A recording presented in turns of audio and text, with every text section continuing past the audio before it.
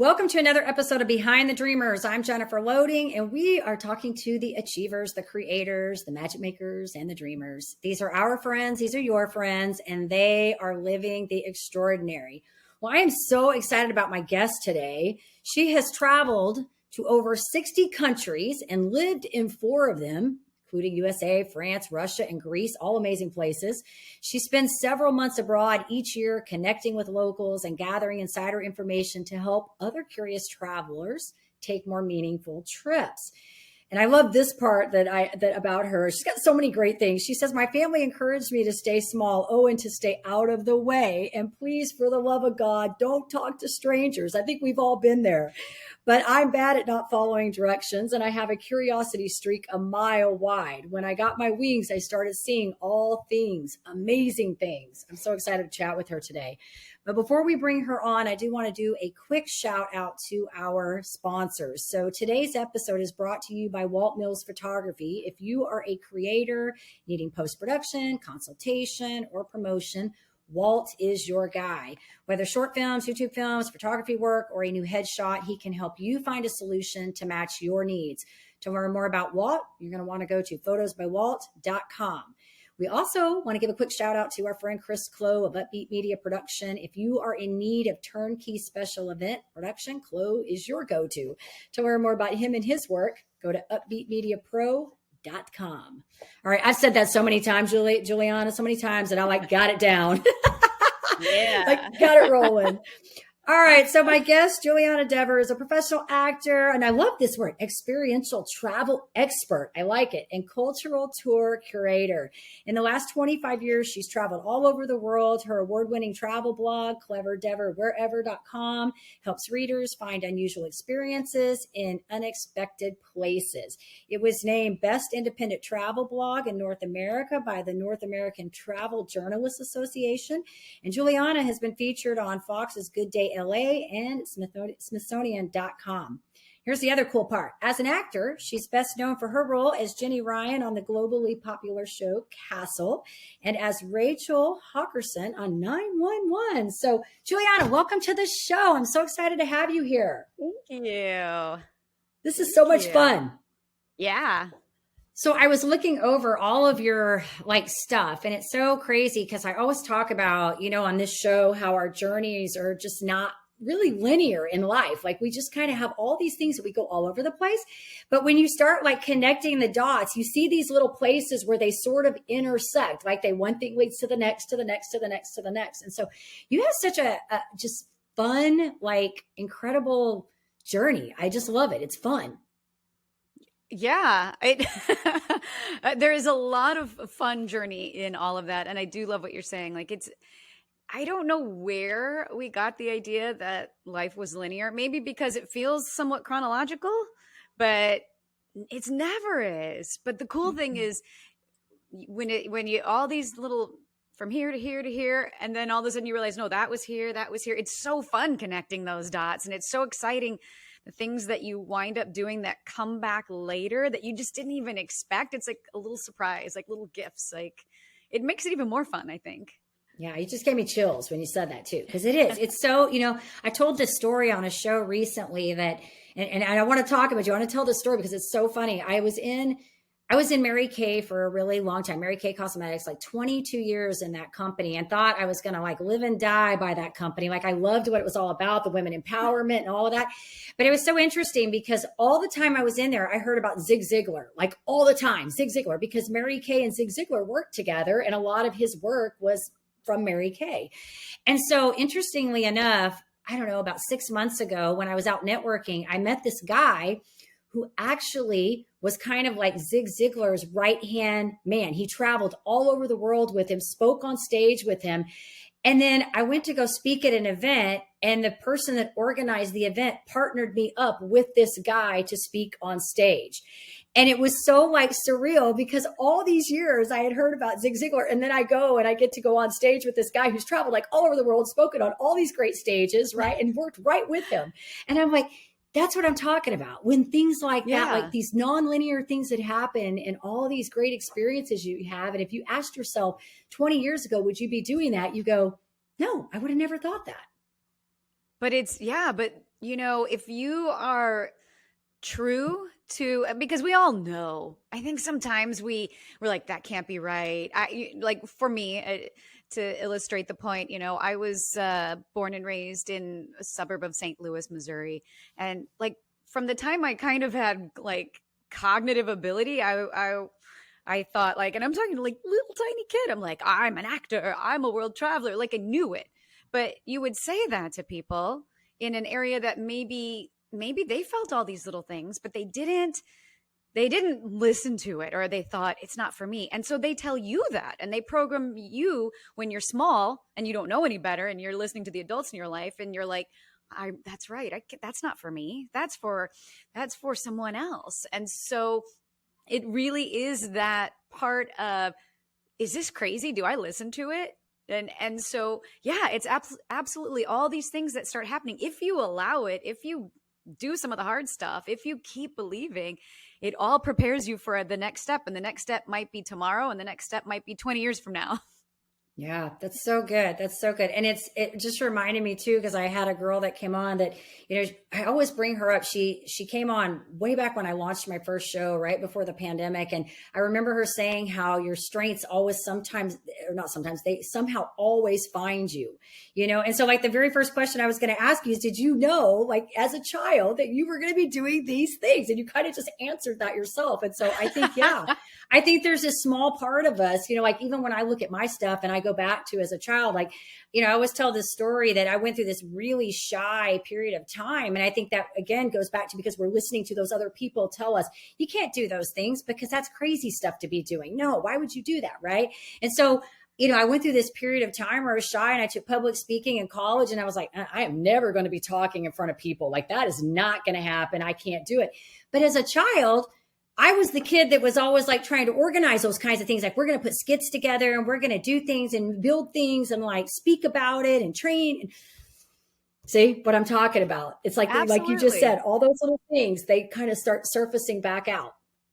They surface when you're little, when you're playing. Like if you still aren't sure, like go back to what you used to, how did you play? Like even if you were building things, what did you build? What was that world? Was it a fantasy world? Was it a traveling world? Was it an analytical world? Like the clues are always there, like just, you have to be kind of brave and follow them and not listen to everyone who tells you you can't do it. Right. I agree. All right. Well, I want to open this up. We kind of just did a great conversation right there. That if we did nothing else, that's it, right? It's always done. Thank you, everyone. Thank you for listening. Every time I do these shows, we always have this part where it's like this conversation. I'm like, that's it. That's all we needed for the whole show, right? But we want to talk about you because you're doing awesome things. I want to talk about what you're doing right now. That's traveling. All this is going on. Tell us a little bit about this. So yeah, like I was saying, it's something that it's always been part of who I am. And I finally got out into the world, and I have to say, yeah, of course it's scary, but it's who I am. And so I'm always out there traveling. It's been probably one of the most rewarding steps that I've ever taken. It's transformed my life. I fully believe that travel is absolutely transformative. And even if you are able to do it once in a while or go to the next town over, getting into a different headspace is absolutely going to change how you relate to things when you come back home. And for me, I realize that some of the biggest rewards in traveling are sometimes the things that seem scary. So I really felt like I could really serve people by taking away some of that fear, taking away some of the obstacles in terms of mindset that keep people maybe dreaming, but not getting out there and going to a country that maybe seems less familiar. Maybe things seem daunting or there's so much planning. So I started travel writing. I really started because I way back in the day, I worked for Trans World Airlines, TWA, and because that was out of St. Louis. And I realized that this was something that I like. You can't stop if you truly have the travel bug. And you know what part of it is? I know people say, they get bitten by the travel bug. But one thing that I also find is that because traveling, it's a privilege. And I think you should always see it as a privilege. You should never feel entitled to just show up in someone else's town, country, and think that everyone just owes you something because you showed up. Right. It should always be a privilege. But having said that, it's hard. It's tough. You're out of your routine. You're out of your foods that you eat. You're out of like your home where your things are. Maybe you're not seeing your dogs, or so we have to acknowledge that. But those things that have somehow been the hardest have been just massively rewarding. And I want to help everyone have those life-changing experiences. So it started, first I was just traveling. Then I started writing about it and started my blog in 2015. And then I went to a couple of countries that I knew people wouldn't probably go to, and also the countries themselves, like the Republic of Georgia, which is in the Caucasus. For anyone who's not looking at a map right now, it's above Turkey. And it's right below Russia. It's an Eastern Europe, kind of also Asia area. And that is not, they haven't been open to tourism that long. They don't have roads and subways and things that make anyone just showing up make it easy. But that country for me was one of the most magical places that I'd ever visited. And I thought to myself, if I could share this experience and have, people come along with me and meet the friends that I've made and really have a local experience, a cultural immersion experience where you're not seeing it as an observer, but you're in it. You're experiencing it. You're exchanging. You're learning from people that live there.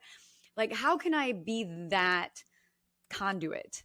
And so in 2018, it was a crazy idea, and I didn't think about it. And that's probably what was good. I didn't think about it. I just did it. And I created a tour to the country of Georgia that went in 2019. It sold out in an hour. And it was really, what if? And once I did it, it was honestly so much better than I could have even anticipated. And it just made me realize I need to do more of this. Like, everyone on the tour was they had so much fun. Then I was like, this has got to be something. And so I kind of took that ball and ran with it, like, right into a pandemic. So that didn't help. But it's not something I still keep doing it. And I've expanded it to Poland. I've expanded it to the country of Slovenia.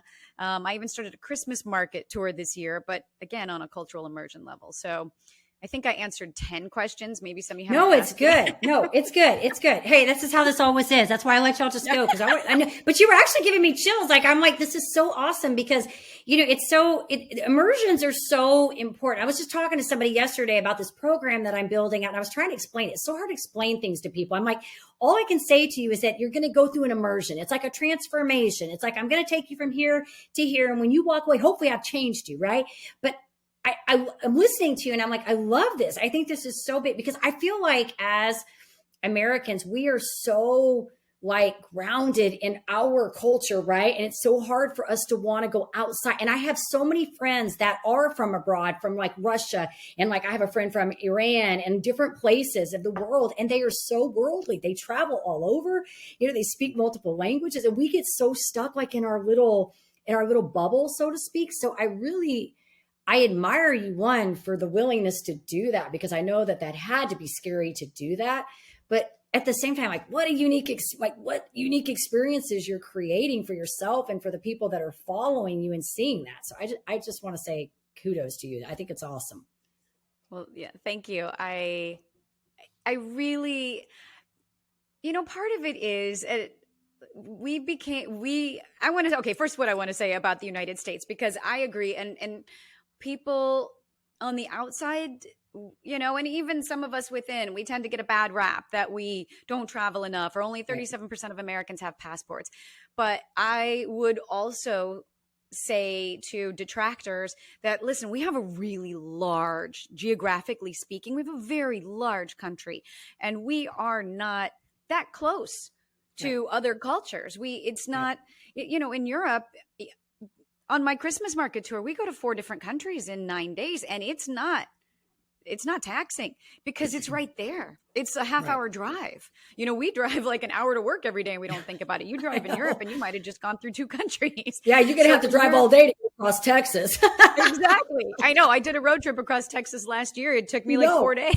Yeah. I would have been through 15 countries if I was in Right, Europe. right. But you know, the truth is, because our experience is really this large country that is somewhat isolated and very expensive to get out to the next culture. We don't grow up, we are not conditioned to think about, Right. oh, we should have to speak a couple other languages. When you get to Europe, you know, everybody speaks, not obviously not everybody, but you know what I mean? Like most people speak a minimum of 2 because they speak their own, and then they speak English. They can communicate with the people on their continent. And then maybe they also speak 2 or 3 of the neighboring countries because that's their frame of reference. Right. So I just want to say, Americans, I get us. Yeah. And we are good people. And Right. what we need to think about, however, is how to expand ourselves to be citizens of the world, because the world's not going away. We can't hide our heads and pretend the world isn't out there. And we also can't pretend we're not connected. And what we do doesn't affect someone else. And we always do better when we take care of one another.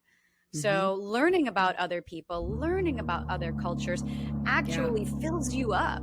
It actually makes you happier. It actually opens your mind and you think, I didn't even know we could do that with our garbage or our electricity, or you know, you get all, and then you're popping. The ideas are popping. You start thinking of different creative ways to go about even how you run your own business or how you set up your day. So that there's only benefits from spending time with one another. Yeah. So I think you touched on. Go ahead. I'm sorry. What? No, go ahead.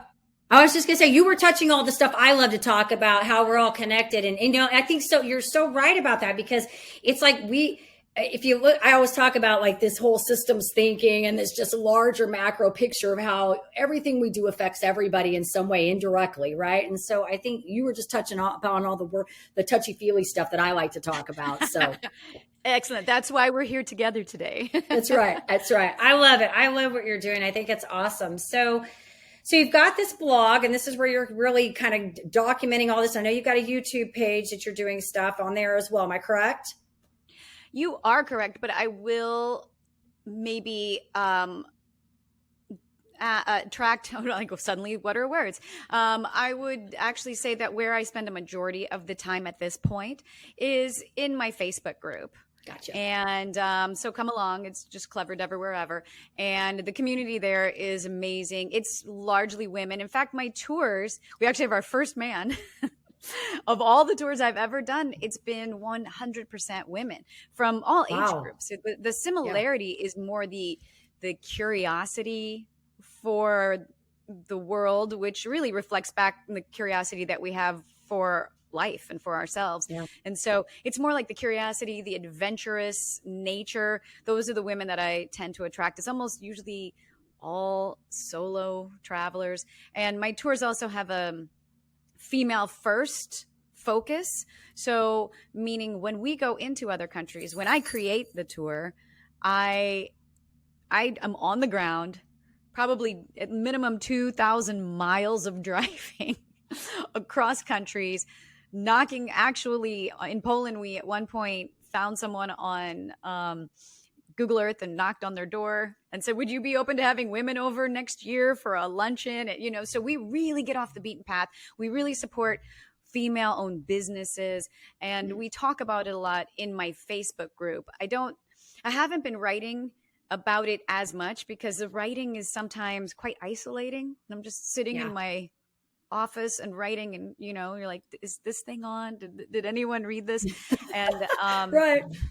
You know, and in terms of the YouTube channel, I seasonally do a weekly show with my group.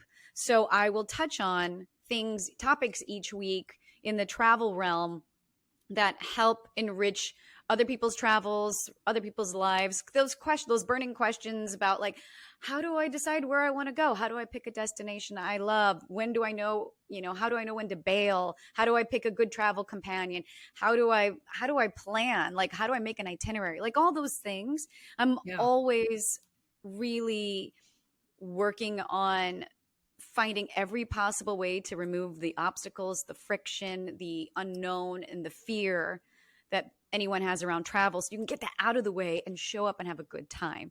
So if you do want to spend time with me, I would say Facebook page is the number one place, Instagram as well. And those are the two main ones where I get to interact. Awesome. But the big one is out on the road. So on the road, definitely. Yeah. Love it. So I want to ask you I've got a lot of questions for you, but I got a fun one I want to ask you because you've done so many cool things. And I was reading even about the tornado thing. Like I was going through your stuff and I'm like, I love it. Like all these things that you've done, you're like, I'm just going to get out and I'm going to figure out a way to do this. So I want to ask you kind of a mindset question because you've done acting and you're doing this blog thing and you've traveled, you've done all these things. I want to know like what this looks like for you, like what your mindset is on this, when you're tackling these kinds of things, because these are like things that, I get it because I'm kind of crazy like that, like in the sense that like, if I want to do something, I'm just going to do it. And like, I'm going to assume the risk, but a lot of people don't really have that, quite that they have it, but they don't quite, are not quite as adventurous or I say they're a little more risk adverse. Right. So I'd love to know just what your thought process is on that. It's like, I think you were saying it earlier about it being sort of a muscle, but it's funny because at one point, I was in how we all are these days, we're all in coaching groups online and we have our weekly meetings. And at one point during the pandemic, somebody was like, well, why don't you just talk about your life? And it was so weird for me because at first I thought, well, I'm super unrelatable. Like I'm an actor and I just travel around the world and like, who can relate to that? And then I thought it took me about 6 months to come around to why is that unrelatable? Why? Like, why do you think that? I think it's because being born in a small town in Missouri, and honestly, my family, my upbringing was very small. Everybody, like you mentioned at the beginning, everyone just said, don't make waves, don't do, just maybe, clean office buildings or sell insurance. And there's nothing, these are all things we definitely need. They're essential. And there are people that are so much better at it than me. I just knew that's not what I aligned with. And so it was like incremental steps to this really crazy big idea of what I thought my life would be. And each time I would take a step, sometimes you fail and you learn, and sometimes you do it and it works out. And then you have a little bit more confidence. Like, okay, could I do this?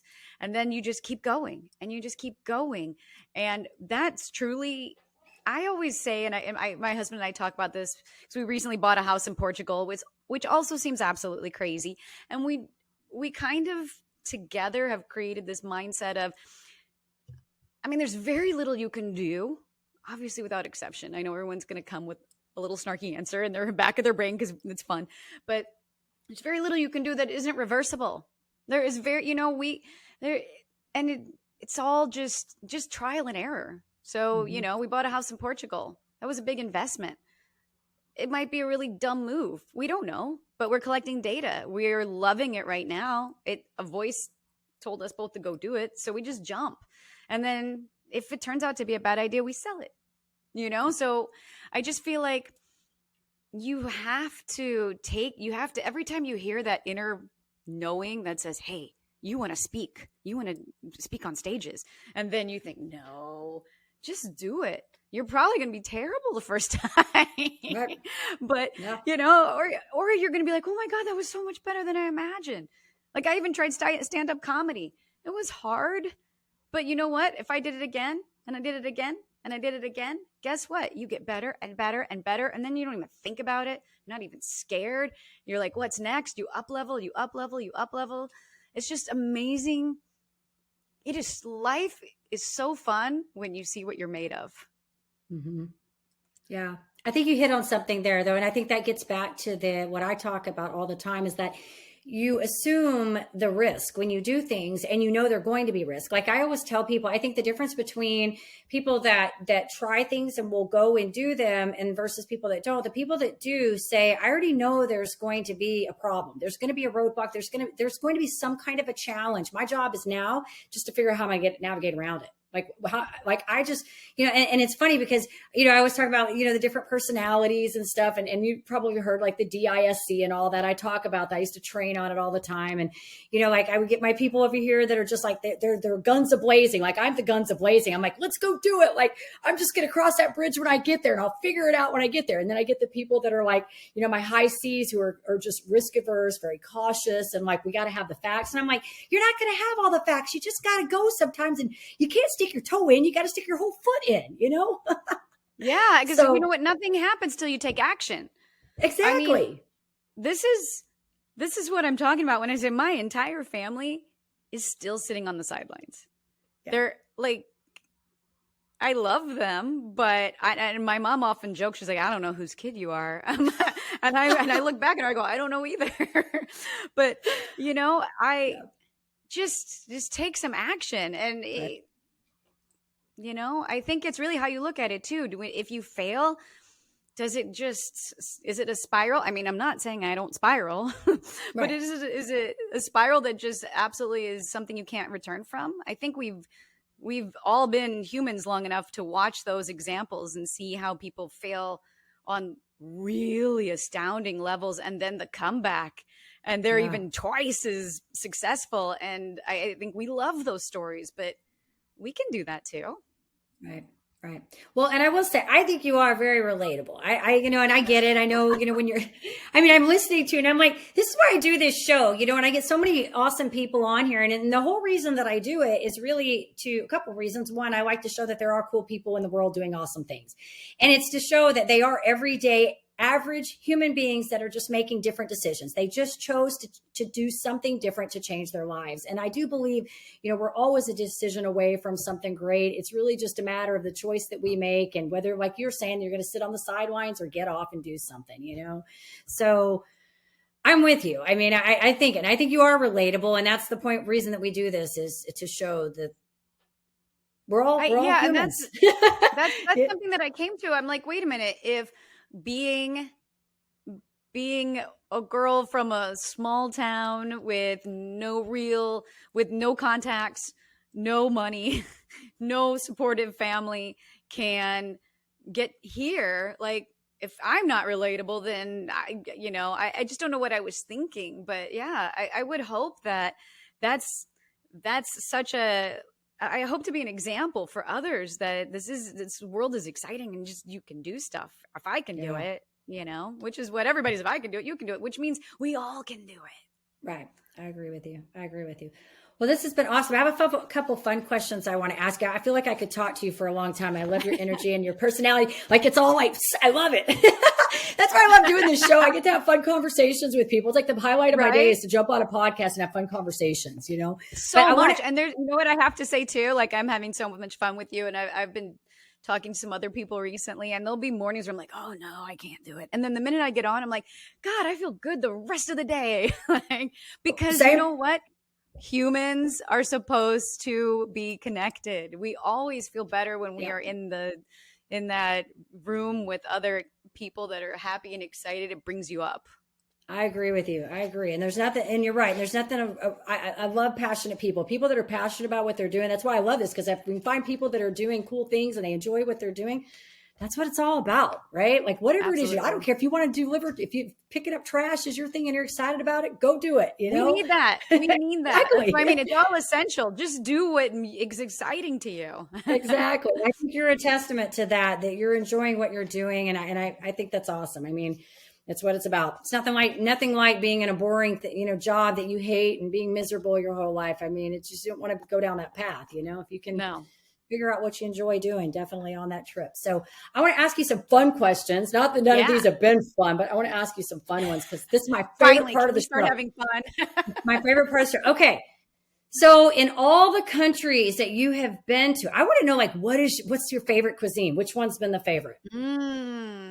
And because most people are like, what's your favorite country? I'm like, I have like 15. So, Yeah. but cuisine and, there's always the ones that are like, I am a pasta with cream sauce addict. So I will never not say Italian. But I have to say, in terms of discovery, Georgian, country of Georgia is actually Georgian food is why I went to Georgia. So I was living in Russia and I would go to Georgian restaurants and their food is so phenomenal that I remember sitting in a Georgian restaurant in St. Petersburg, Russia, and thinking to myself, I'm going to go to this country and I'm going to eat their food. And fun. I went there and the food in the country is even better than any Georgian restaurant that you will go to because the ingredients there are fresh. It's a very agrarian society. So, and it's kind of on the same, I always mix these up, the same longitude, the same, this one, the horizontal one. You're fine with me. Yes. Yeah. But it's, it's kind of like Italy in terms of like there's sunshine and there's just good soil. So their vegetables, when you have that amazing tomato, like their vegetables are just like, there's a concentration of deliciousness in every vegetable, the cheeses, the cheesy bread that's bubbling, I think people are becoming more and more aware of khachapuri. So I don't know if you wanted one word, but when we talk about food, forget it. I'm just going to start describing flavors and textures. Well, I like food, so everyone's going to be hungry by the end. Yeah, that's always a fun question to ask. And because you've traveled, so I can ask that question. Not everybody has been quite, worldly in their food flavors and stuff. So I think that's kind of a fun one, So, all right. So having come from a small town, this is going to be a fun question. I want to know maybe a first concert that you ever attended. I think the first concert. And also, mind you, I was kind of raised in a very restrictive, fundamental environment. So it was frowned upon to go to concerts. Yeah. But I did get out and I got to go to U2 at Busch Stadium. So fun. I know.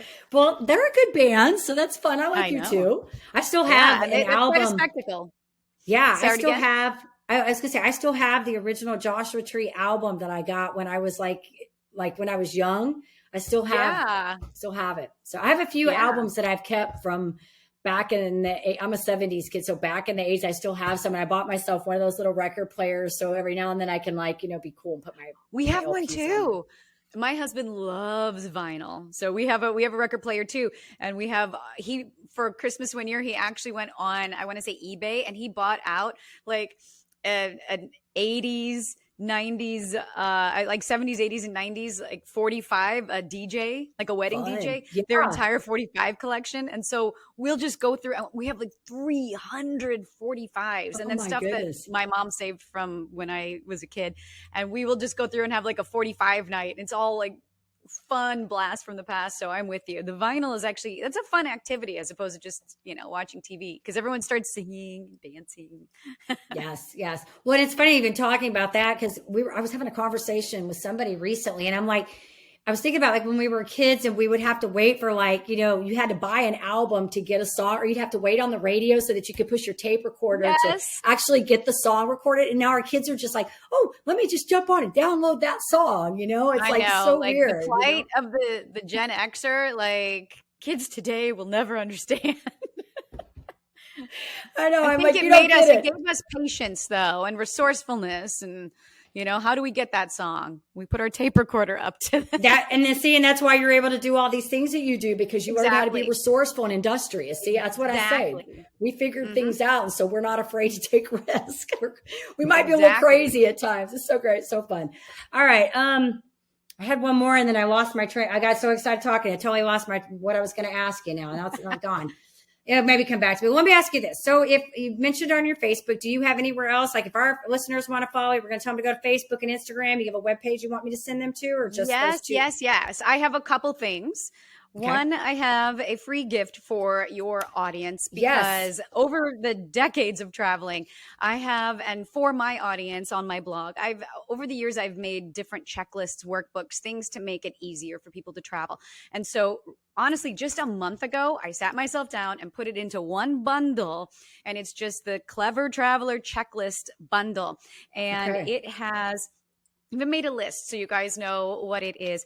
And so I have a budget workbook, and I even put a little loom on there so I could show you could see how I do it. But to Awesome. set yourself up with a budget beforehand so you know that you can just show up, you already know where the hotels and everything's paid for and what money you can spend on lots of food and souvenirs and all that stuff. So I have a budget workbook. I have the ultimate vacation countdown checklist, which goes from you can start a year to 6 months before you're going somewhere, and make sure from did I turn the stove off to did I pay these bills, did I get my passport renewed, and I break it down by month sections just so again, these little things you don't want to think about it. I've already got the checklist. It's already in one spot. And I have several different packing lists, from winter packing lists to spring and summer. I have 2 weeks in a carry-on if that's something that you want to do. I also have what to pack in your wellness kit. I have gotten sick abroad more times than I care to admit. And so what do I bring to keep myself healthy or to get myself healthy sooner than later? And then also how to be comfortable on a long haul flight. I have been on like sometimes 6 a year, and business class is always the first choice, but that's not just traveling is the goal. And how do you get comfortable on these tiny planes, or they're big planes but tiny seats, whatever. So I've got all of that, put it in one little bundle for you. You can easily download it, and that and I'm sure you'll have the link for people to just click, but if you're listening right now, it's link.cleverdever, and that's CLEVERDEVER.travel, and then /checklist bundle. Okay.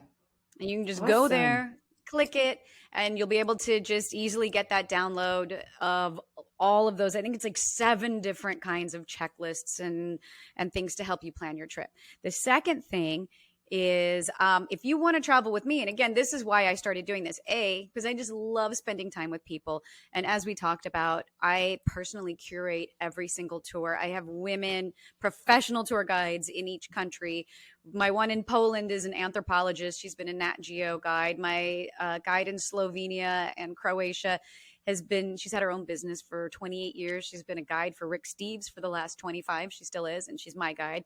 And in Georgia, I have amazing guides. But together, we will go for weeks on end and find the exact right people, personal friends, chefs, artisans, off the beaten path. So maybe if you've been someplace, but you've never been like this, because we are really going to take you to places where you come away and you feel like you've made friends in the country and with your trip mates.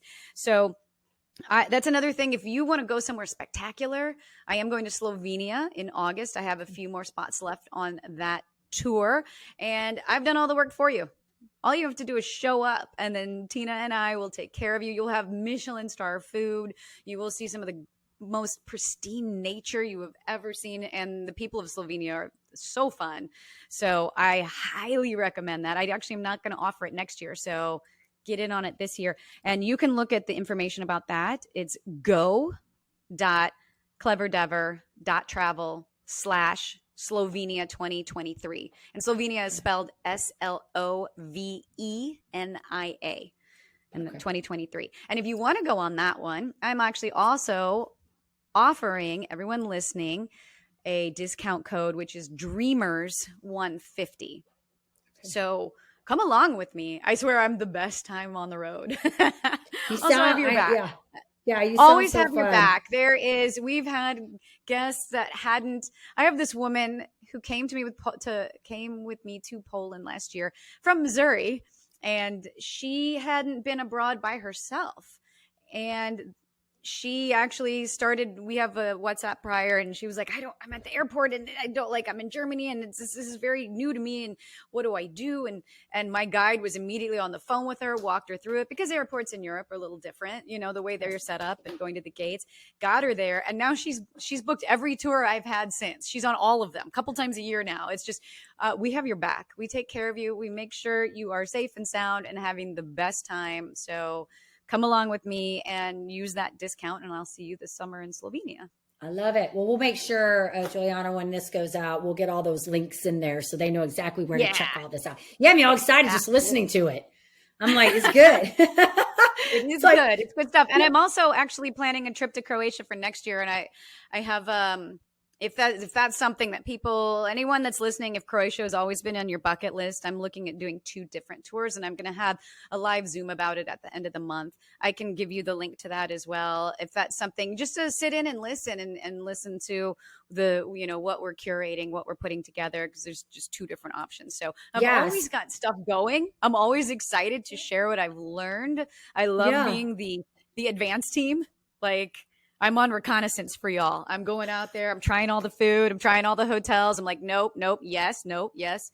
So, and then once you travel with me, I kind of have you in mind too. Because I have like one guest who loves horses, and I'm like, okay, we could visit these Lipizzaner or stallions. I'm always there, kind of planning with you in mind, so that your trip is just like one of the most meaningful, best experiences you've ever had. Yeah, sounds like, I like it. It sounds great. It's fun. And like I said, I can tell you're passionate about it, and I think that makes a difference. So, right. You gotta love what you're doing. It's no fun if you don't. Yeah. No, it's not. Why do it then? If it's not fun, don't do it. Exactly. But so many people do. And I love that you're on here talking about that. I think it's so great. So this has been so much fun. Like I said, I could keep you on here forever, but I know you got things to do and more you got trips to plan and all that good stuff. Exactly. So I just want to say thank you so much for coming on here, giving us your time and being real and sharing with our audience, because I know they're gonna love this. And we'll make sure, like I said, all these links get on there so they can connect with you, and the checklist, all of that. I think it's great. We'll make sure that they know where to go to get all that. Absolutely. Yeah. Good stuff. And of course, I do want to say to our audience, if you enjoy our show, go check us out on your favorite podcast platform. Give us a rating on Apple, or check us out on YouTube. You can hit that subscribe button so we can continue sharing all these fun, incredible stories, right? Talking to all these awesome people. And with that, we want to leave you with a final parting thought. In order to live the extraordinary, you must start. And every start begins with a decision. You guys take care, be safe, be kind to one another. We will see you next time.